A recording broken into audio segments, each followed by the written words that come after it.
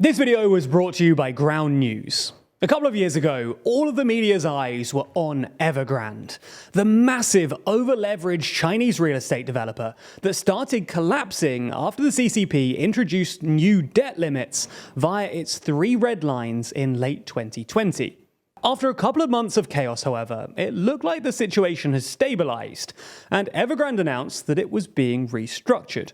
Unfortunately for the CCP, in the past few months, thanks to rising interest rates and a larger slowdown in the Chinese economy, China's property crisis has suddenly accelerated once again, with the latest casualty being Country Garden, China's largest private developer, which defaulted on its offshore debts earlier this month.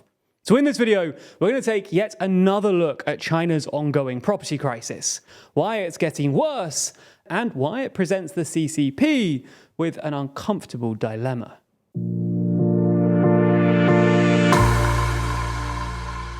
Before we start, if you haven't already, please consider subscribing and ringing the bell to stay in the loop and be notified when we release new videos. So before we get into the most recent developments, a bit of context. Now, this story really begins with Deng Xiaoping, who, after becoming leader of the Republic of China in late 1978, began moving their economy towards what he described as a socialist market economy. Deng Xiaoping's reforms generated rapid growth, especially in urban areas, and as such, hundreds of millions of Chinese people moved from rural to urban areas looking for jobs and prosperity. Now, this urbanization was so rapid and unprecedented that it's really hard to fathom. On average, about 20 million Chinese people moved from the countryside to new cities every year, which meant that a new urban area the size of London had to be created every 6 months. And as a result, the percentage of Chinese people living in cities went from about 20% in 1980 to nearly 70% today. This rapid urbanization and the huge demand for housing that came with it created a massive boom for property developers. As you'd expect, house prices rose rapidly, with the median Chinese house price quintupling by 2005. And this rise in prices was even steeper in urban areas, with the largest cities generally seeing at least twice the rate of increase compared to other areas. Now, in a race to outbuild other developers and in anticipation of further demand, Chinese real estate developers borrowed increasingly large amounts of money. Chinese buyers poured basically all of their money into housing, in large part because it looked to be a good investment. House prices have been rising steadily for the previous 40 years or so, and buyers assumed that they would continue to do so indefinitely. However, this combination of over-leveraged developers and the endless speculative investment in housing eventually created a massive property bubble. Property prices in large Chinese cities were 40 times the median salary, making them by far and away the most expensive anywhere in the world. As such, property now accounts for an estimated 75% of all Chinese household wealth and 20 to 30% of all economic activity. For context, if we take a look at the UK, which is also suffering through some sort of housing crisis, property accounts for about 36% of all household wealth, about half as much as in China. In sum then, China's unprecedented urbanization also created an unprecedented housing bubble. By August 2020, the CCP had realized that this bubble was getting dangerously large, and also limiting Chinese households' disposable income. So they decided to introduce 3 red lines, which essentially limited the amount of money that Chinese developers could borrow. The first notable casualty of these new limits was Evergrande, one of the largest property developers in the country, which had debts totaling some $300 billion.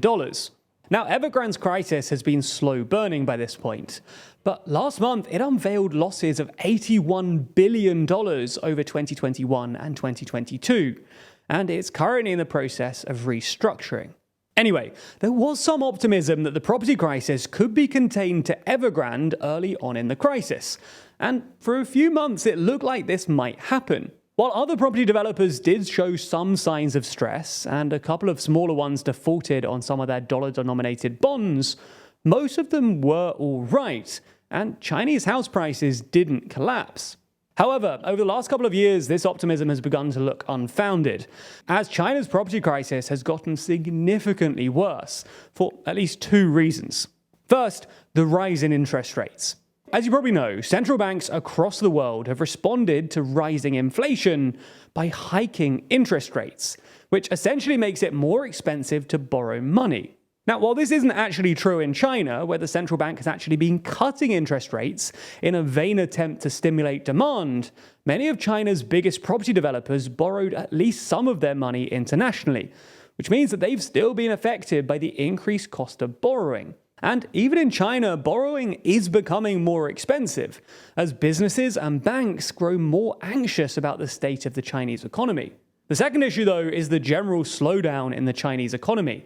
Like all speculative bubbles, China's real estate bubble relied on some degree of confidence. Buyers and sellers alike had to be confident that prices would continue to rise if they were going to continue investing money in property. But as China's wider economy has slowed, confidence has collapsed, which has been taking yet more air out of the bubble. As I mentioned earlier, the latest casualty of this slowdown has been Country Garden, the largest privately owned home builder in China. As a high-end developer, Country Garden was previously considered a safer bet than many of its over-leveraged peers, but it defaulted on its international bonds earlier this month, sparking fears that the worst of China's property crisis were yet to come. Country Garden sales are down 34% year-on-year, and that's before this latest wave of bad publicity that's likely to only make homebuyers even more wary. And to compound issues, it also has billions of offshore debts maturing in the coming months. Now, this continuing crisis in China's property sector leaves the CCP with a bit of a dilemma. The most obvious move would be to step in and support both developers and buyers with fiscal stimulus, by essentially giving them enough money to pay off their debts and avoid default. This would make some sense, especially in the context of China's wider slowdown, which the CCP won't want to exacerbate. But it would also only be a short-term solution. The CCP know that the property bubble has to be deflated eventually, not least because it's hurting Chinese consumers' purchasing power and adding to China's deflationary woes. But it turns out that deflating the world's biggest bubble is, well, pretty difficult.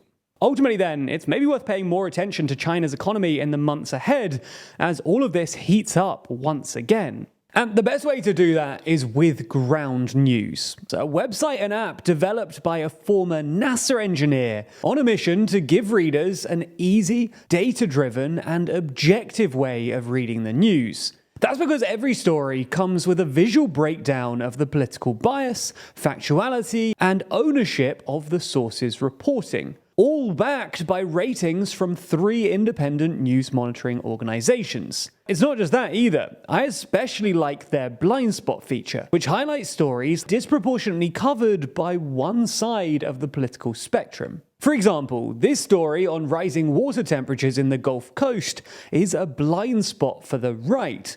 So if you only get your news from right-leaning sources, you might have totally missed this. Meanwhile, this story on China's proposed training facility in Cuba is a blind spot for the left, so you might have missed that story instead. Now, you may be thinking, why should I be paying attention to partisan sources at all? Well, part of being informed about the world around us is also being informed of potential political slants and echo chambers. That's because if we know where these views are coming from, we'll be better equipped to not only spot ongoing bias, but to engage in healthy dialogue with those who hold different views. In fact, I know I've personally benefited a whole lot from Ground News.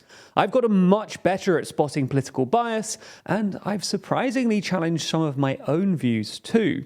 As such, I highly encourage our viewers to give Ground News a try. We're even offering a 30% discount on their Vantage plan for all TLDR viewers. And that includes access to a feature called My News Bias, which is basically a dashboard for your news diet. Sign up to find out how your reading habits change over the next week.